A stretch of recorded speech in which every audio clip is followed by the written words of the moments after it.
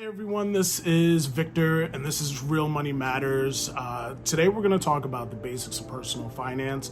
A lot of shows will tell you how to retire by the time you're 30 or how to become a millionaire in, less than X amount of days, or I don't know, how to do all these wonderful magical things, which are great goals to have. But before you set down the road to retiring by the time you're 30 or becoming a millionaire in 5 years on a 50K salary, you need to understand the basics of personal finance.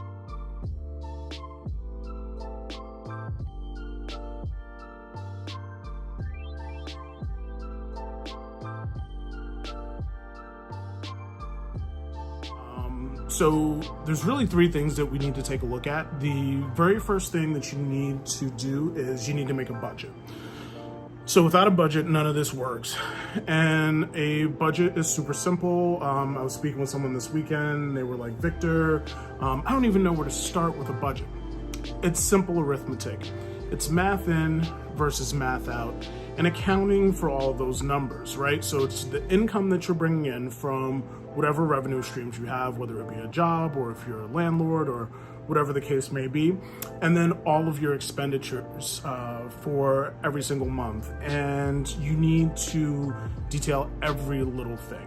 So you're not just worried about your utilities, your car payment, your cell phone bill, your internet or cable bill, but we're also talking about those subscription services that you pay for, whether it's streaming services like Hulu or Netflix or Spotify, just anything that you spend money on. Anytime you are giving money to someone else, you need to account for that also.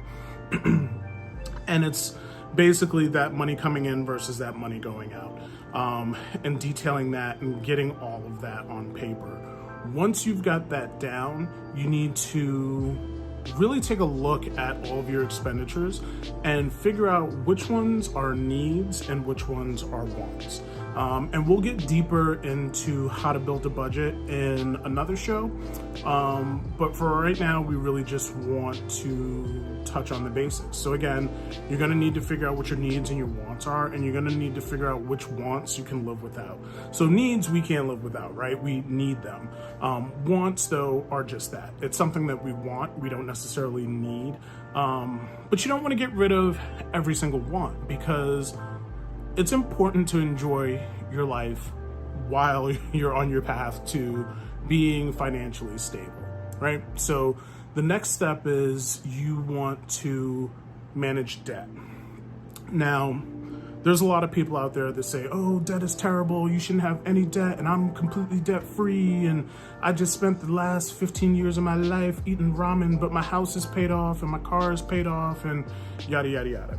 So part of managing debt is also paying attention to your credit score, because debt really only becomes, on a personal finance level, debt is only bad when there's high interest rates associated with it. And that could be as simple as timing for when you got the loan, or it could be a period of time where you had a bad credit score, or whatever the case may be. So the first thing we're going to want to do is we're going to want to reach out to our lenders, especially in the case of high interest credit cards. You're going to want to talk to them. Just 2 weeks ago, I was able to negotiate a interest rate down on one of my cards. So if you have any outstanding debt on cards, if you have a student loan or any sort of loan that has a really high interest rate, you're going to want to take care of that. And then again, in another show, we will go over the different methods for tackling debt. There's a couple of different ways. There are some that make the most fiscal sense, but when applied in the real world don't work for everyone, because we are all different. So that's something that we'll tackle then. And then the third thing you want to do is you need to be investing. Notice I didn't say saving. You want to be investing. Saving is when you take your money and you stick it in your mattress. You hold it in a checking account or a savings account with no interest. We don't want to do that. We want to invest for a goal. Now, in my case, the goal that I'm investing for is retirement. I'm not trying to retire by the age that I'm 30 because I'm past that. I am looking to retire at the normal age, but when I do retire, I want to be able to live a little bit of a better life than I did while I was working. It's kind of the way I look at it is it's a reward for all the hard work that I've put in during my adult life. And, I want to be able to reap those rewards. I also am trying to generate real financial longevity so that I can have something to pass on to my kids, because I do have 2 daughters. So that's something that we want to think about in this last step. It's investing for a purpose. If you're not sure of what that goal is, you still should be investing. And the way all these things tie together, basically you need to form a budget so you know how much money that you have to set aside for investing. So hopefully once we're done working out our budgets, we realize that we actually do have more money coming in that is going out. Once we've factored in our needs and we've been able to sort through our wants and figure out some things that we can do without, and some things that we can't do without. And that's going to give us a budget schedule for putting away money for investing. Now, in the case that you've done a budget, you've completed your budget, you've tallied up all the numbers, and you have more money going out than going in, well, we have a problem here. And that problem is that you honestly are not making enough money. So there's lots of ways that you can make money. Even as an adult, it's all about being resourceful and industrious. If you rent or own a home and you live in a residential neighborhood, maybe it's swallowing your pride and mowing some neighbors' lawns for $40 a week. You do, 5 lawns a week, and that's an extra $200. That's extra $800 a month that you could be making. You could make YouTube videos. You could do a podcast. You could work a side job somewhere. There's lots of different things that you can do to increase your income, because none of this works unless you are making enough money to meet your needs. So that's how the income and invest portion relate to each other. Now, as far as managing our debt, we want to make sure that we are, if we haven't completely managed all of our high interest debt, we're well on our way to getting that taken care of, especially before you start saving. If your interest rates on your debt are higher than the interest that you're generating in your investments, then you're actually losing money.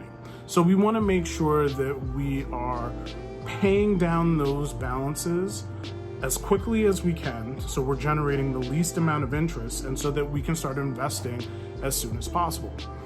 Now, you'll notice the one thing that I didn't mention in that last step of saving, and this is something that a lot of people bundle into the savings group, is or what I call the investing group, is having an emergency fund.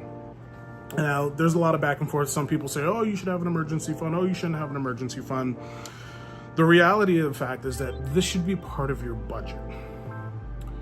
These are things that you are putting away for every month. And an emergency fund is to take care of the expenses that you would have on a monthly basis. This is completely separate from your investing for saving for a house or, some other form of real estate so that you can become, get into leveraging real estate to generate money, or maybe you are like me, saving for retirement. Whatever that case may be,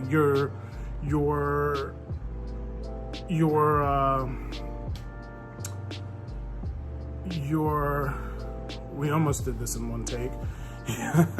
Your emergency fund should be accounted for in your budget. Now, I'm not going to tell you whether you need 1 month, 2 months, 3 months, half a year, 2 years, whatever the case may be, because I don't know realistically what you're going to end up needing. You could lose your job. due to a variety of factors. And then who knows how long you're going to be out of work. So, my whole thing is make that a part of your budget. And then you can invest that money with the money that you're investing for your goal, but make sure that you are accounting for it in some way. It's incredibly important, and it's a big part to feeling financially secure. So, the common denominator between being wealthy and being financially secure is not having to worry about money, right? It's being financially secure, meaning that, once all the ins and outs are factored in, whether you are financially independent and you don't need a source of income, or you need to work for that income, you're not worried about paying your bills. You're not worried about going out to eat with friends. You're not worried about buying groceries. You're not worried about buying gas. And believe it or not, this may not be you, but there are a lot of people in this country that live paycheck to paycheck. And that does not mean that they are living at or below the poverty line. You could be making six figures and living paycheck to paycheck. I know someone who makes about $250 a year and lives paycheck to paycheck because he does not have a grasp on his personal finances. And it's pretty embarrassing when, your friends are like, hey, you want to go on this trip? And you're like, yeah, I can, but can you spot me the money until, next Friday or whatever the case may be. So basically the goal is we want to get rid of all of that. We just want to be in a comfortable place where we're saving and investing for a specific goal.